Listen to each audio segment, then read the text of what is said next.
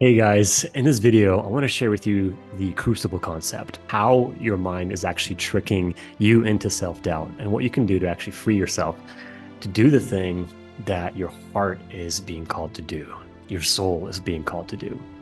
Now, if you're like me, you've probably experienced this phenomenon many, many times in your life where you get a vision, a crystal clear revelation of what it is that you actually want to do.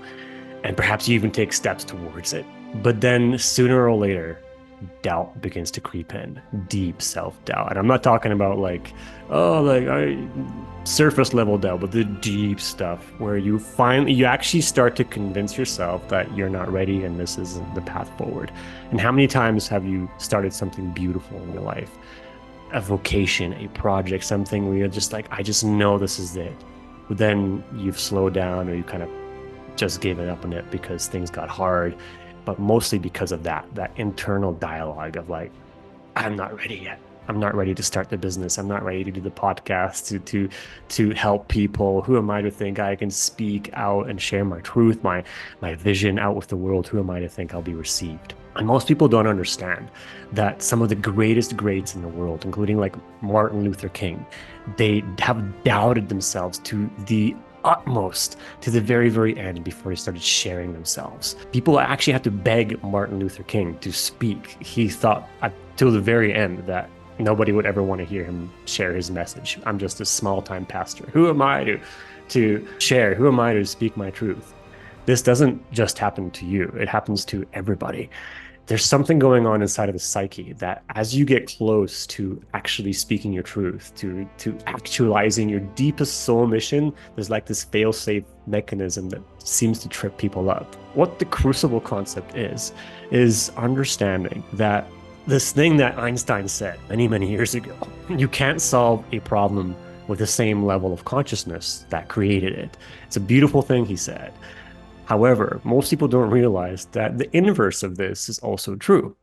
That if you are creating the solution to the problem that previously existed, then you are actually in the process of becoming the solution to the problem that you previously created.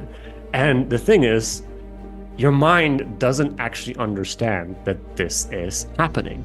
Your mind will actually think that you're about to die because your mind is identified with the old version of you.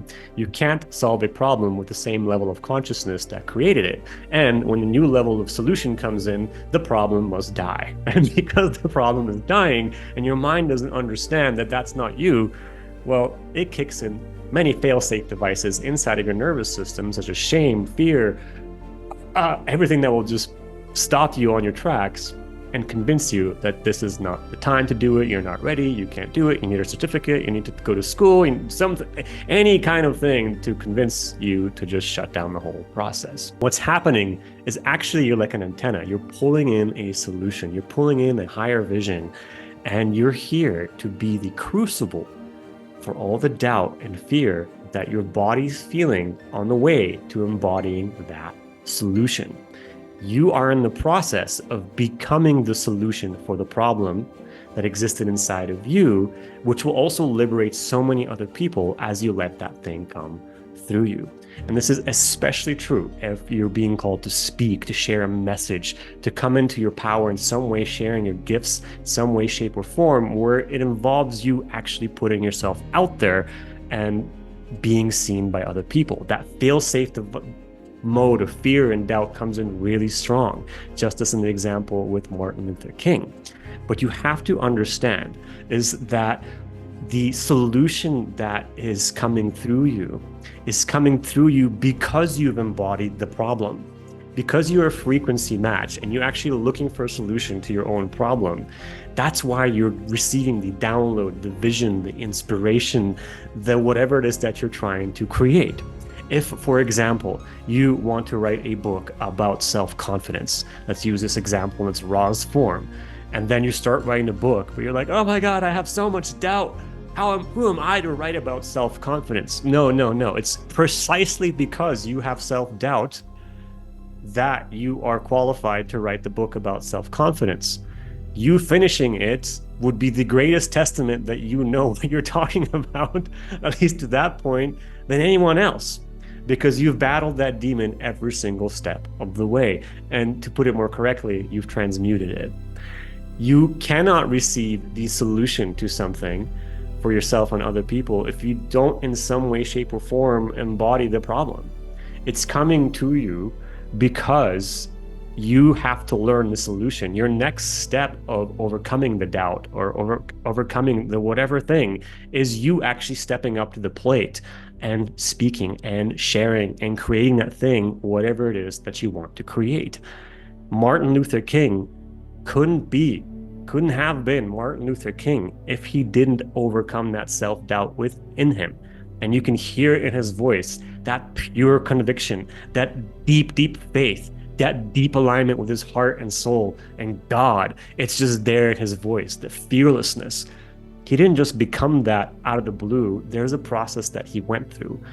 I didn't know Martin Luther King personally, but I'm willing to bet that that's what happened. And the same thing is happening for you. Your doubt, your fear, everything on the way that's telling you stop this because you're not ready is just a part of you that doesn't yet get that there's a new part coming in. And you can choose to embody that part by embracing the doubt and embracing the fear and saying to it quietly or out loud in your mind and your body, thank you, doubt. Thank you, fear. I'm so glad you're here. Yes, I am not ready. Yes, you're right. I am full of shit. Yes, you're right. I am a piece of crap. Whatever the voice says, and thank you. I love you. And I'm here to show up anyway. Let's see what else is possible.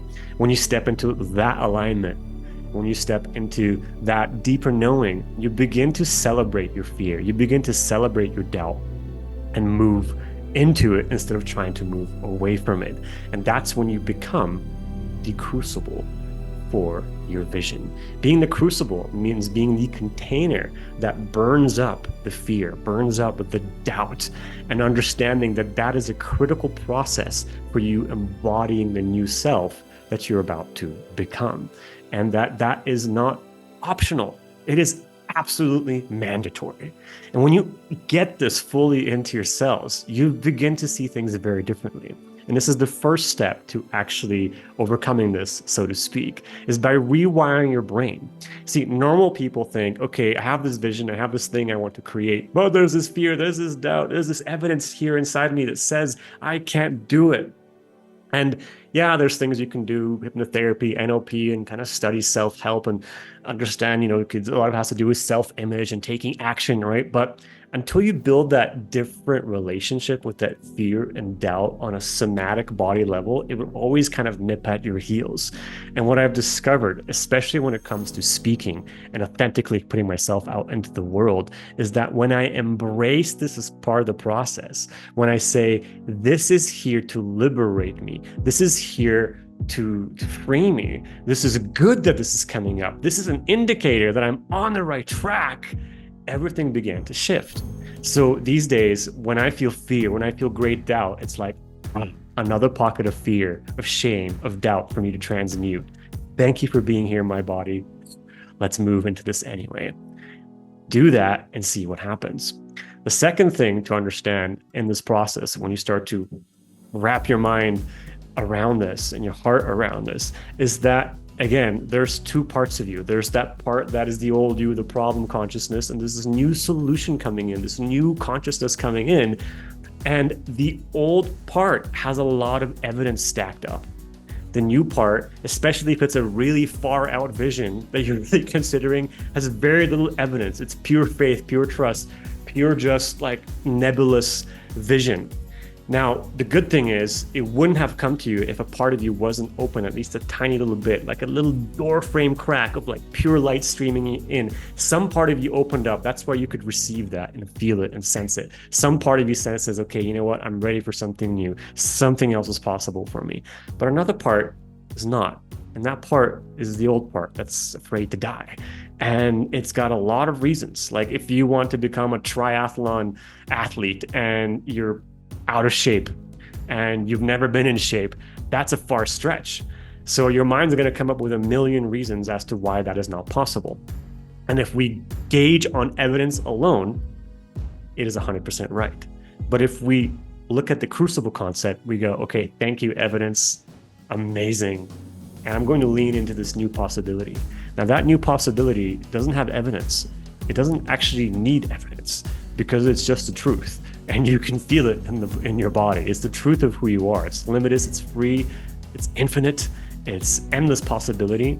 Our minds aren't wrapped or geared around to function, at least most of us, in that level full time yet. We're moving there. I'm definitely am in my life and evolving there, but it's a process. And if you could just, when those fears and doubts arise, understand that is not the truth of you, it is a pattern. That itself is so freeing. And you can try this. Next time the fear, the doubt comes up, just say, the pattern says I'm afraid. The pattern says I can't do it. The other part of me says I'm scared, but I'm curious what else is possible. Words are very powerful, and it can help build awareness around something you were previously identified. Most people will say, I have so much doubt. I don't know. I have so much doubt. No, you're feeling the pattern of doubt. But what am I that is feeling that doubt? There's just that small little space around it creates space for more of that light, for that vision, and for the action forward that is necessary to actually come through. And as you do that, as you separate yourself and just embrace the crucible concept and de-identify from the old parts, something incredible begins to happen. New evidence begins to pour through. The more action you take towards that vision, the more you embrace the doubt by doing it anyway, embrace the fear and do it anyway, because you're the crucible. You're like, okay, I'm actually becoming something entirely different. You're becoming a completely different human being. You're capable of feeling the fear, the doubt, and taking action anyway. And it's not that you're overcoming it, you're actually transmuting that fear into power, into strength, into peace, into a greater and greater level of understanding yourself. And that becomes the evidence for the new vision, why it's possible. And sooner or later, it's like the scales tip. First, that like old self has a lot of evidence, but then, this starts to get more evidence, and you start to see, well, this is who I am now. I'm taking forward action in showing up for the world, showing up for my vision, and showing up for this new thing. Another exercise to use to stack up the evidence for the new part that you're embodying is to do a Kalego. And this is a really cool exercise that I learned from Kyle Cease, which is essentially you just start talking to yourself for about 5 minutes or more and just pretend that this moment happened 6 months ago. And you start by saying, I remember there I was 6 months ago thinking about starting that thing, and then I did the thing, and then you know what, the most incredible thing happened. I did it, and I launched that project, and people came towards it, and it was amazing, and I was supported, and they just really liked it. And then this happened, it started moving like this, and then I started exercising, and then I went towards this vision, and this cool thing happened. Now, I'm just totally making it up with having no contents in there, but take this to whatever specific problem you're dealing with and do it every day for 30 days, and you see magic happens, because your brain can't tell the difference between the past tense and reality. So we'll actually form a neural network inside of your brain that supports the new reality, and it will trick you into taking action towards that thing. The moment your body gets that it's okay for the old pattern to die, and it's okay for you to move into this new thing continuously, and that the fear and doubt is an indicator that you're moving in the right direction, a completely new world starts to begin to show up for you. So that's the crucible concept. People tend to think that I have a vision, I have a thing that's coming through me, and people will judge me because I'm not ready. And it's precisely the opposite. You're receiving a vision, you're receiving guidance, you're receiving an inspiration. It's coming to you, for you, and for other people. And you don't have to be perfect to share it with the world. You don't. All you have to do is be confident in your vulnerability. Everything that's trying to come through you, it's not just coming for other people. You don't have to be this perfect representation of the full embodied new version of you. You just have to be courageous enough to trust that you are the channel that is allowing this to come through out into the world. And what is coming through you out into the world is coming through you for you and for them. It's coming for you because you need to learn the thing that's coming through you. You're not perfect, and it's freaking okay. And because you're in that space, you can serve other people with humility, which is the most important thing when it comes to sharing yourself. Just like in this moment, I'm making this video about this thing. It's because I need to learn it. I doubt the shit out of myself, and me putting this out on video and sharing it with you is my way of embodying it and learning it deeper, because the best way to learn something is to actually teach it. And if you've come to a level of mastery in some area of your life and you're being called to actually share and to assist other people, that is your next level and what you need to do to actually become a greater master of that thing. It's not going to happen down here through just practice. When you start to teach, when you start to share, when you really put yourself out there in the world, the rubber really meets the road. If you'd like assistance with this, if particularly you're feeling called right now to share yourself, your voice, your gift, what you've really come here to share with the world, if you feel called to helping people, you've always wanted to assist people, and especially right now during this time on the planet, but you feel stuck, you feel like you have all the pieces of the puzzle, but for whatever reason, you can't make it work right now, check out the link down below this video. I'd love to invite you into an incredible movement that I've been starting and assisting people like that, like you, with this exactly. So that's down below.